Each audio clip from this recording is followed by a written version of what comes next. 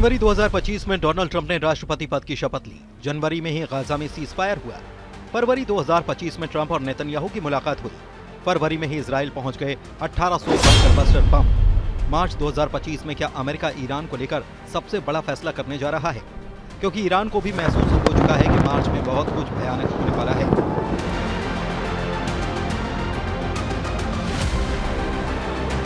America के राष्ट्रीय सुरक्षा सलाहकार माइकल वॉट्स ने कहा है कि ईरान को लेकर सभी विकल्प खुले हैं। अगर ईरान परमाणु कार्यक्रम छोड़ेगा तो ही बात होगी। ईरान खेल खेलने की गलती न करे जैसा कि वो पहले करता आया है। अमेरिका की लीडरशिप ईरान पर आक्रामक है। इसका सबसे बड़ा सिग्नल ट्रंप और जेलेंस्की की मीटिंग से ही मिला है। इस मुलाकात में यह बात साफ हो गई कि यूक्रेन को अब अमेरिका से और हथियार नहीं। लेकिन खबर ये नहीं, बल्कि खबर यह है कि जो हथियार यूक्रेन को मिलने वाले थे वो इजराइल पहुंच रहे हैं।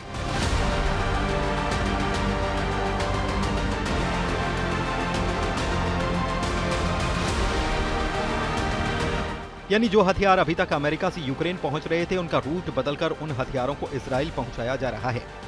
यानी जेलेंस्की को जो नुकसान हुआ है उसका बम्पर फायदा नेतन्याहू को पहुंच रहा है। इजराइल के कई मोर्चों पर एक साथ युद्ध लड़ने की ताकत को जंग न लगे और उसके बम गोदाम का स्टॉक हमेशा भरा रहे, इसकी गारंटी अमेरिका ने दे दी है। अमेरिका के विदेश मंत्री मार्को रूबियो ने इजराइल को $4 अरब यानी 35,000 करोड़ के हथियार भेजने पर मुहर लगा दी है। 20 जनवरी 2025 को शपथ लेने के बाद डोनाल्ड ट्रंप 1.5 महीने के अंदर $12 अरब के हथियार इजराइल पहुंचा चुके हैं। $12 अरब यानी कि 1,05,000 करोड़ के हथियारों की मदद डोनाल्ड ट्रंप मंजूर कर चुके हैं। फरवरी में ही इजराइल के अशदोद बंदरगाह का यह वीडियो वायरल हुआ था। खुफिया तरीके से रिकॉर्ड किए गए वीडियो में बड़े बड़े कंटेनर ट्रक देखे गए। इन कंटेनर में ऐसे बम लाए गए हैं जिन्हें बंकर बस्टर कहा जाता है। ऐसे बम जो कि गहराई में बने बंकर्स को भी तबाह कर देते हैं। अमेरिका से पहुंची बमों की इस खेप का इजराइल लंबे वक्त से इंतजार कर रहा था। पता चला कि अमेरिका ने 2000 पाउंड के 1800 बम इजराइल भेजे हैं। ये डोनाल्ड ट्रंप का नेतन्याहू को बहुत बड़ा धमाकेदार तोहफा कहा गया, जिसका टारगेट गाजा, लेबनान या फिर ईरान हो सकता है।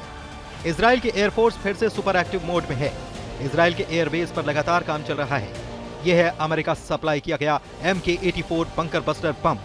इसी बम से इजराइल ने अब तक गाजा के कोने कोने को मिट्टी में मिलाया है। जनवरी और फरवरी में ईरान ने जो डिफेंस वाली डील तैयार की है वो इजराइल और अमेरिका के खिलाफ बहुत आक्रामक नजर आ रहा है। ईरान ने जनवरी 2025 में ही इतने हथियार जमा कर लिए हैं कि एक बड़े युद्ध को लॉन्च करने वाला हमला किया जा सकता है। ईरान के ड्रोन बेस के इस वीडियो ने इजराइल से लेकर अमेरिका तक में हड़कंप मचा दिया है। ईरान क्यों इतना आक्रामक है? गाजा में सीज फायर और सीरिया में जुलानी के कब्जे ने पश्चिम एशिया के अंदर एक महीने में ऐसा क्या बदल दिया कि ईरान को लग रहा है कि अब उसे नए वॉर जोन के लिए तैयार रहना होगा। ईरान को सबसे बड़ा खतरा अपने परमाणु अड्डों, सबसे बड़ी ताकत मिसाइल बेस, सबसे बड़ी फोर्स रेवोल्यूशनरी गार्ड्स को लेकर है। तेल के ठिकानों को लेकर भी है, जिस पर इजराइल की नजर गड़ी है। ये चारों ताकत इस वक्त अमेरिका और इजराइल के टारगेट पर है। हालांकि ईरान पर डोनाल्ड ट्रंप एक चौंकाने वाली बात कर चुके हैं। फरवरी में ही डोनाल्ड ट्रंप ने ईरान पर अपने बदले बदले रुख से दुनिया को चौंकाया था। ऐसा उन्होंने एयरफोर्स 1 की उड़ान के दौरान किया था।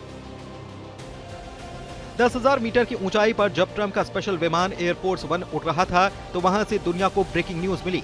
आसमान के बीच एयरफोर्स 1 में सवार डोनाल्ड ट्रंप ने मीडिया से बात करते हुए कहा कि मैं परमाणु मुद्दे को लेकर ईरान पर हमला करने के बजाय उससे समझौता करना चाहूंगा। यानी ट्रंप ईरान से डील करना चाहते हैं। ट्रंप ईरान पर हमला नहीं करना चाहते। एयरफोर्स 1 में सवार डोनाल्ड ट्रंप ने ईरान पर जो कुछ कहा उसके बहुत गहरे मायने निकाले गए। इजराइल के अखबारों ने छापा कि ट्रंप ईरान पर हमला नहीं, उससे परमाणु डील करना चाहते हैं। ईरान में न्यूज एजेंसियों ने बताया कि ट्रंप ईरान के साथ डील करने के लिए तैयार हैं।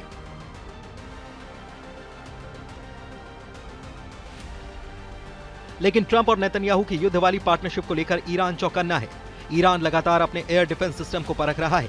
जनवरी से लेकर फरवरी तक ईरान की एयर डिफेंस ब्रिगेड एक्टिव रही है। क्या यह ईरान के आक्रामक तेवर का खौफ है? क्योंकि ईरान ने 2025 की शुरुआत में ही 5 युद्धाभ्यास किए हैं। ऐसे युद्धाभ्यास में आग बहुत ज्यादा है। अंगारे ऐसे एक दो नहीं, कई वॉर जोन बनकर बहुत सारे देशों को जला सकते हैं। जनवरी और फरवरी में इतनी फायर पावर है तो मार्च में क्या होगा?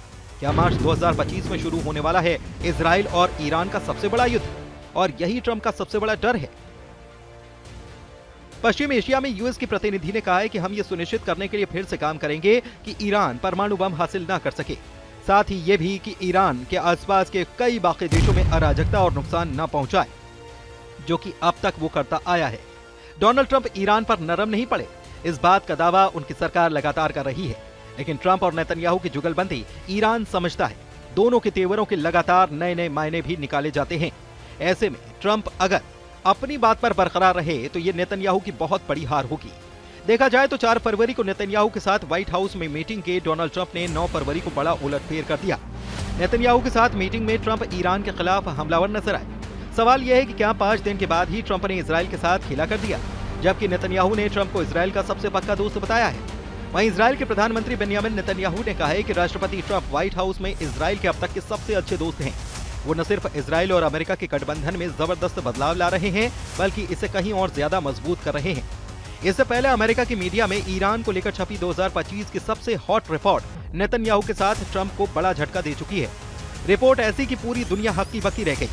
अमेरिकी अधिकारियों ने एक विस्फोटक दावा किया।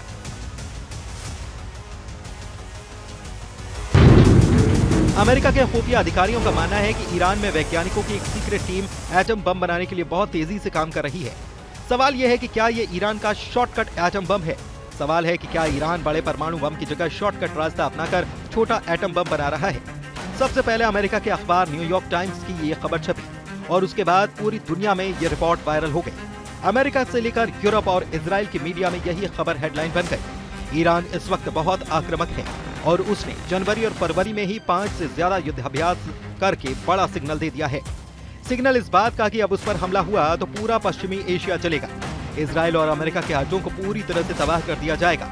ट्रंप बेशक ईरान से डील का सिग्नल दे चुके हों, लेकिन ये बात साफ है कि अमेरिका पर ईरान की यकीन का लेवल 0% है। ये बात ईरान के सुप्रीम लीडर अली खामनेई ने भी साफ साफ शब्दों में कह दी है। ईरान के सुप्रीम लीडर अली खामनेई ने कहा है कि हमने पहले बातचीत की, हमने रियायतें दी, हमने समझौता किया, लेकिन हमें नतीजे नहीं मिले। दूसरे पक्ष ने अपनी सभी कमियों के बावजूद उसी समझौते का उल्लंघन किया और उसे कमजोर किया और आखिर में उसे खत्म कर दिया। ऐसे देश से बातचीत नहीं की जानी चाहिए और न इनमें सम्मान है न इनमें समझदारी है।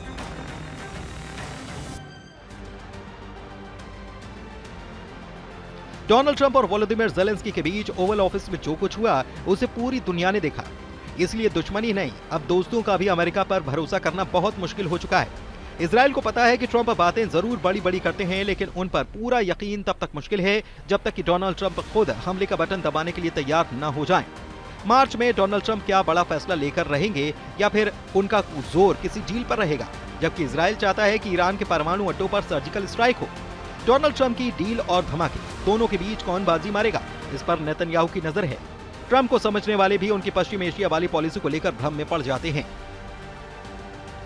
हालांकि ईरान कह चुका है कि उसके परमाणु अड्डों पर हमले का मतलब है वर्ल्ड वॉर।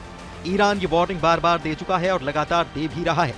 इजराइल अब नए युद्ध के लिए पूरी तरह से तैयार भी हो रहा है, फिर चाहे उसके टारगेट पर ईरान हो, यमन हो या फिर उसका कोई और दुश्मन, क्योंकि डोनाल्ड ट्रंप ने इजराइल को 2000 पाउंड वाले बम की सप्लाई शुरू कर दी है।